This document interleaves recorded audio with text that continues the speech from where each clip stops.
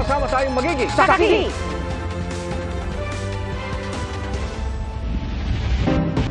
Mga kapuso, malakas na buhos ng ulan ang namerwisyo sa mga taga Metro Manila ngayong gabi dahil sa localized thunderstorms. Sa EDSA po, nagdulot ito na mabigat na daloy ng trapiko, partikular na sa southbound sa bandang Ortigas patungong Monumento. Malakas din ang ulan sa Timog Avenue Corner Scout Tobias sa Quezon City at sinamahan naman ng kulog at kidlat ang naranasang ulan sa Cabanatuan City, Nueva Ecija. Posible po maulit yan ngayong weekend at base sa datos ng Metra Weather, may tsansa ng ulan sa Metro Manila lalo na sa bandang hapon o gabi. At maaari ring ulanin ang iba pang bahagi ng bansa bukas. Matitindi ang ulan sa Mindoro Provinces, Cordillera, Central Luzon, Bicol Region, Zamboanga Peninsula at Northern Mindanao. Malalakas ang ulan sa ilang probinsya kaya maging handa sa banta ng baha o pagguho ng lupa. Posible maulit ang mga pag-ulan sa linggo at may malalakas na ulan sa Mimaropa, Panay Island at Caraga.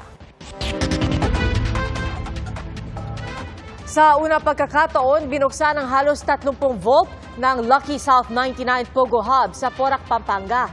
Umaasa ang CIDG na mapapalakas ng mga na-recover na ebidensya ang kaso laban sa mga nasa likod ng iligal na Pogo. Saksi, si Oscar Oida.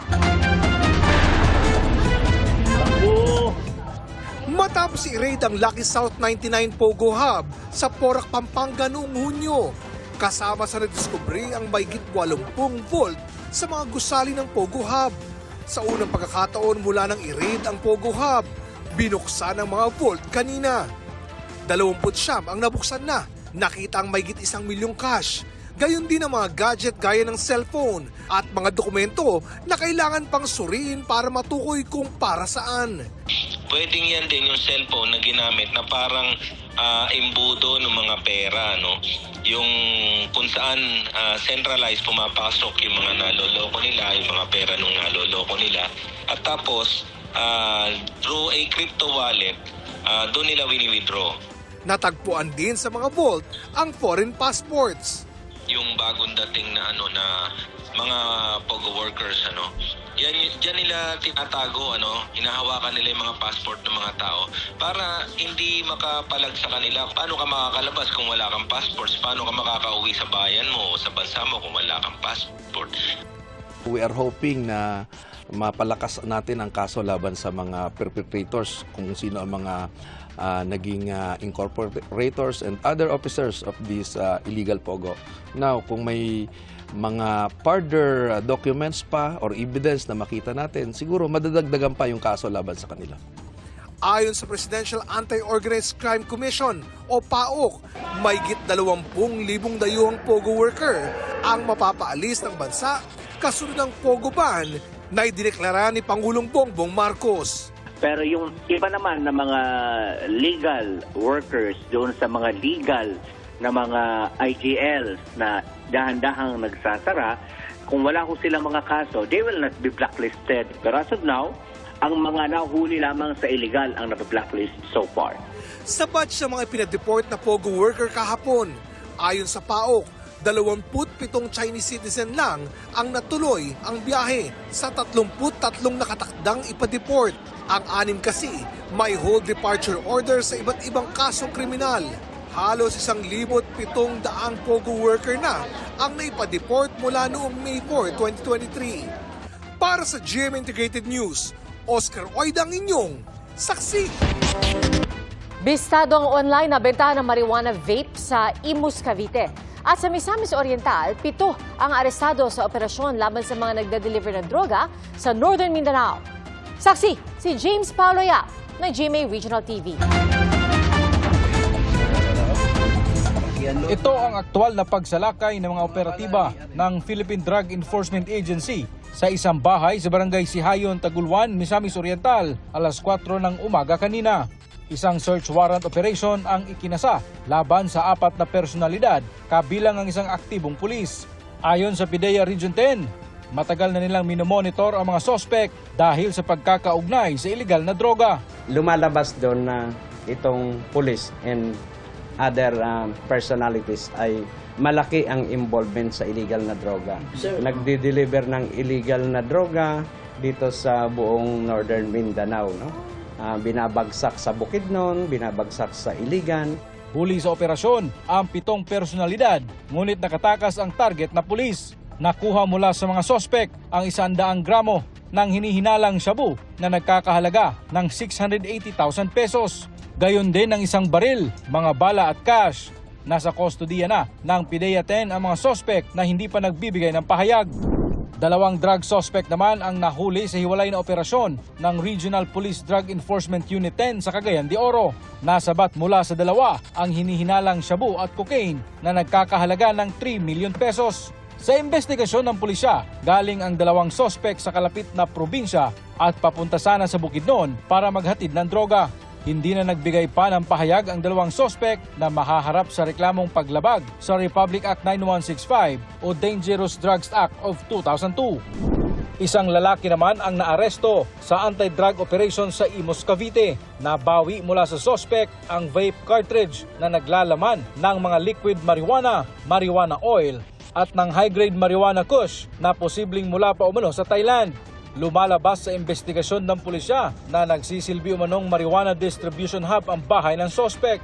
Hindi naman itinanggi ng sospek na sangkot siya sa illegal drug trade. Online daw ang mga ikinakasanyang transaksyon. Sa kabuuan, aabot sa mahigit ₱250,000 ang kontrabandong nakuha mula sa kanya. Para sa GMA Integrated News, ako si James Pauliap ng GMA Regional TV, ang inyong saksi.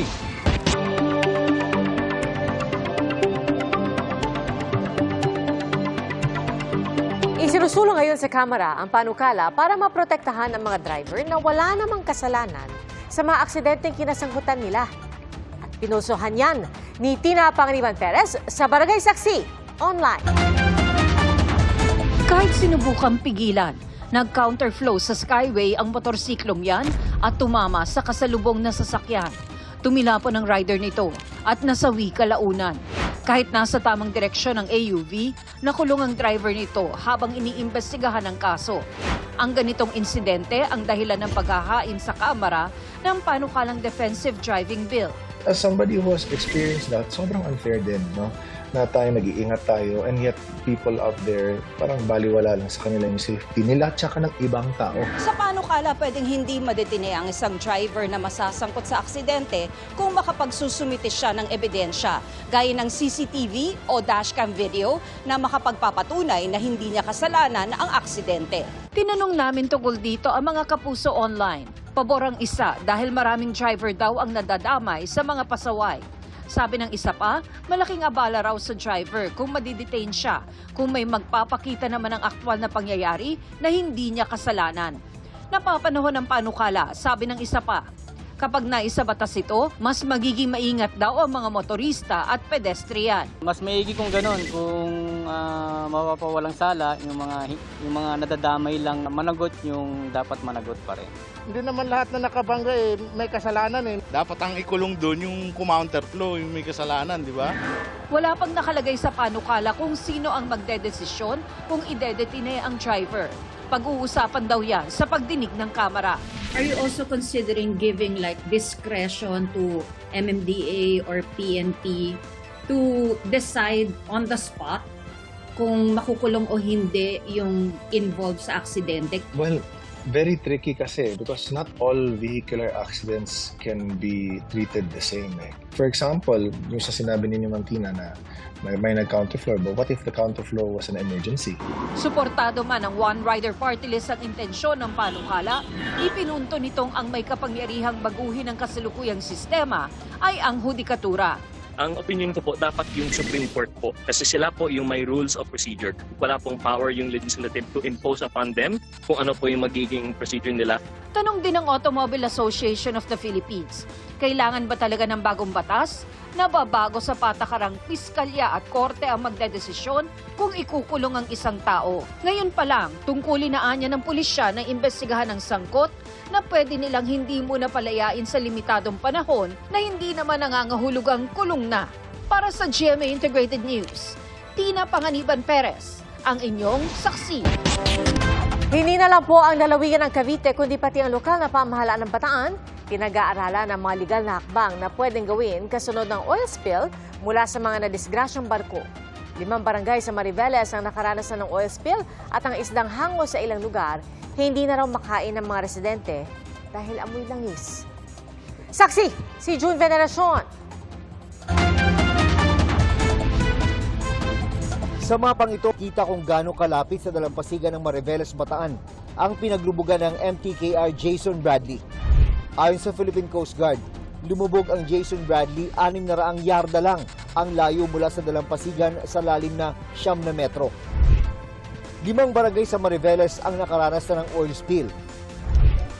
Sa barangay Mount View, hindi lang amoy ng langis ang problema ng mga residente, kundi pati ang anilay lasa ng langis na nanuot sa kanilang pagkaing isda. Sabi ko sa asawa ko, tigilan natin kumain kasi talagang naano na sa bunganga talaga. Malalangis talaga siya. Ang mga mangisdang ito, nakaapat na latag na nalambat ng aming abutan. Pero wala ni isang isdang nalambat. Kasi marami ito din nahuli. Ito nangyari ito, nalubog dito yung ano. Kaya isa, wala kami nahuli. Sa Mariveles, Bataan, di nakasadsad ang MV Merola 1 na minomonitor dahil baka may makitang bakas ng langis sa tubig. Sa bayan naman ng Limay, kung saan binabantayan ng MTKR Terra Nova. Nagbudol fight ang mga nagtitinda ng isda sa palengke. Kailangan daw nila itong gawin dahil bagsak ang kanilang kita, dala ng takot na baka kontaminado ng langis ang kanilang paninda. Huwag po kayong matakot kumain ng isda, ligtas po ang isda sa Limay. 2 linggo pa bago masimulan ang paghigop ng langis mula sa Terra Nova dahil kailangang palitan ng metal capping ang canvas na ipinantapal sa mga valve ng barko. Yun po yung iniintay namin ngayon, yung update po ng Salvor. If they are done with the sealing and capping po nitong mga valves natin, they will be submitting their reports. We will base po dun sa report na yon if we will going to proceed on the siphoning process. Nakikipag-usap na raw sa Kapitolyo ang third-party insurer ng MTKR Terra Nova para sa posibleng compensation sa mga apektadong residente. Pero hindi rin isinasantabi ng provincial government ang posibilidad ng pagsasampa ng kaso laban sa mga may-ari ng 3 barko. Yung aming provincial legal office, kasalukuyan nilang pinag-aaralan kung ano yung mga basehan para po mag-file pa ng legal case. Nauna lang sinabi ng Cavite LGU, pinag-aaralan din nila ang class action lawsuit matapos ang perwisyong dulot ng oil spill. Ito na raw ang pinag-aaralang hakbang ng DOJ. We're looking into the angle of a class suit already, filed by the fishermen against the owners and others, no, who may be responsible for this. Kailangan kasuhan talaga. This is a great, not only a health hazard for everyone. Nagdeklara na ang Cavite ng no-catch zone para sa lahat ng klase ng shellfish sa mga apektadong lugar. Pero umaapila rito ang ilang tahong vendor sa Kawit na iniluto at kinain pang panindang tahong para patunayang ligtas itong kainin. Sa latest na text ng kumpanyang may-ari ng motor tanker Terra Nova, sinabi nitong hindi muna sila sasagot sa mga tanong. Ipapadala raw nila ang mga tanong sa kinuha nilang media relations company. Sinisika pa namin kunan ng pahayag ang mga may-ari ng 2 iba pang barko. Para sa GMA Integrated News, June Veneracion ang inyong saksi. Mga kapuso, posible ulit ang rollback sa petrolyo sa susunod na linggo. Sa tansya ng Oil Industry Management Bureau ng Department of Energy, hanggang 40 sentimo ang posibleng bawas presyo sa kada litro ng diesel. Hanggang 35 sentimo sa kerosene at sa gasolina, posibleng walang bawas presyo o kung meron man, 20 sentimo ang tapyas. Batay po ito sa average ng 4-day trading hanggang kahapon. Ayon sa DOE, may epekto sa presyuhan ngayon ang mababang demand sa langis sa China at plano ng OPEC Plus countries na dagdagan ang produksyon ng langis. Target na lagdaan ngayong taon ang Visiting Forces Agreement sa pagitan ng Pilipinas at ng Canada. Wala pa man yan ay bumisita na sa bansa ang isang warship ng Canadian Navy. Saksi, si Joseph Moro.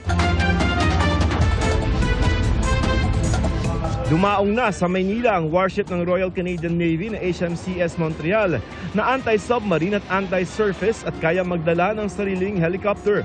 Bahagi ng Operation Horizon ng Canada ang pagbisita bilang pagpapanatili ng kapayapaan at seguridad sa Indo-Pacific region. Magkakaroon din ito ng aktibidad kasama ang Philippine Navy at community outreach. Hinugot pa ng Canada mula sa Atlantic Ocean ang warship nilang ito para dalhin sa Pilipinas, pagpapakita ng importansya ng pagpapalakas ng relasyon sa pagitan ng Pilipinas at Canada. Ayon kay Canadian Ambassador to the Philippines, David Hartman, ngayong taon tinitingnan nila ang pagpirma sa isang Visiting Forces Agreement. We've exchanged draft text of a draft agreement. We hope to be able to conclude relatively quickly. Para sa Canada, dapat ituloy ang pagpapalakas sa ugnayan ng Pilipinas sa mga kaalyadong bansa kahit pa may kasunduan na ang Pilipinas at China na pababain ang tensyon sa West Philippine Sea na ikinatuwa rin naman ng Canada. It's fantastic, right, that there is an accord. Those protocols that have been developed, I think they need to be able to continue to mature.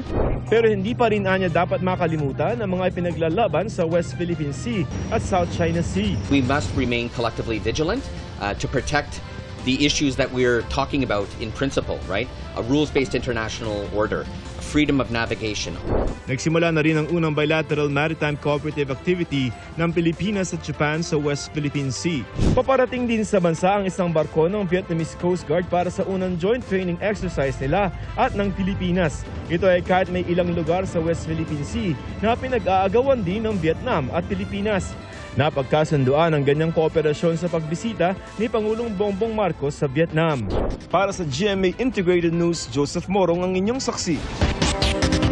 Dumami ang mga Pilipinong nasisiyahan sa performance ni Pangulong Bongbong Marcos base sa survey ng Social Weather Stations noong June 23 hanggang July 1, 2024. 55% sila ng mga sinurvey, mas mataas kumpara sa 50% o 50% na naitala noong Marso ng 2024. 28% naman ang hindi nasisiyahan habang 15% ang hindi makapagpasya, mas mababa kumpara noong Marso. Mahigit 600 paaralan na nabitin ang pasukan dahil sa epekto ng bagyong Karina at Habagat, inaasang makapagbukas na ng klase sa Lunes. Ayon sa DepEd, mahigit 23 milyon ng enrollees sa public and private elementary and high schools para sa school year 2024-2025. Sisimulan na rin ipatupad ngayong school year ang Phase 1 ng matatag curriculum para sa kinder at grades 1, 4 at 7. Mga grupong pabor sa POV modernization magsasagawa ng Unity Walk sa Lunes. Hindi sila papasada para magmarcha mula Welcome Rotonda hanggang Malacanang simula alas 5 ng umaga. Ito'y bilang protesta sa resolusyon ng Senado na suspindihin ang implementasyon ng Public Utility Vehicle Modernization Program. Tiniyak namang muli ng LTFRB na sa kabila ng resolusyon ng Senado, hindi suspindihin ang POV Modernization Program. Maria Cristina Aldeguer Roque, itinalagang Acting Secretary ng Department of Trade and Industry. Si Aldeguer Roque ang DTI Undersecretary for Micro, Small and Medium Enterprises Development.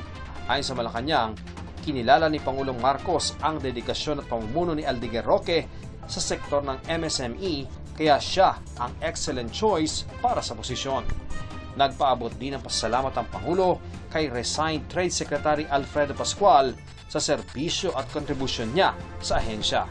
Para sa GMA Integrated News, ako si Ian Cruz, ang inyong saksi.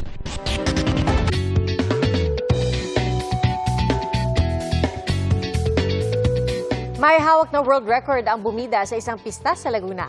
Pinakamalaki sa buong mundo ang kanilang sambalilo, isang uri ng sombrero. Taong 2016, ibinigay sa bayan ng Cavinti ang Guinness World Record para sa kanilang largest sambalilo hat na 13 meters in diameter ang sukat. At kahit sa himpapawid, angat ang kulay at laki nito. Napuno rin ang kulay at sayawan ng mga kasada sa ika-10 pagdiriwang ng Sambalilo Festival.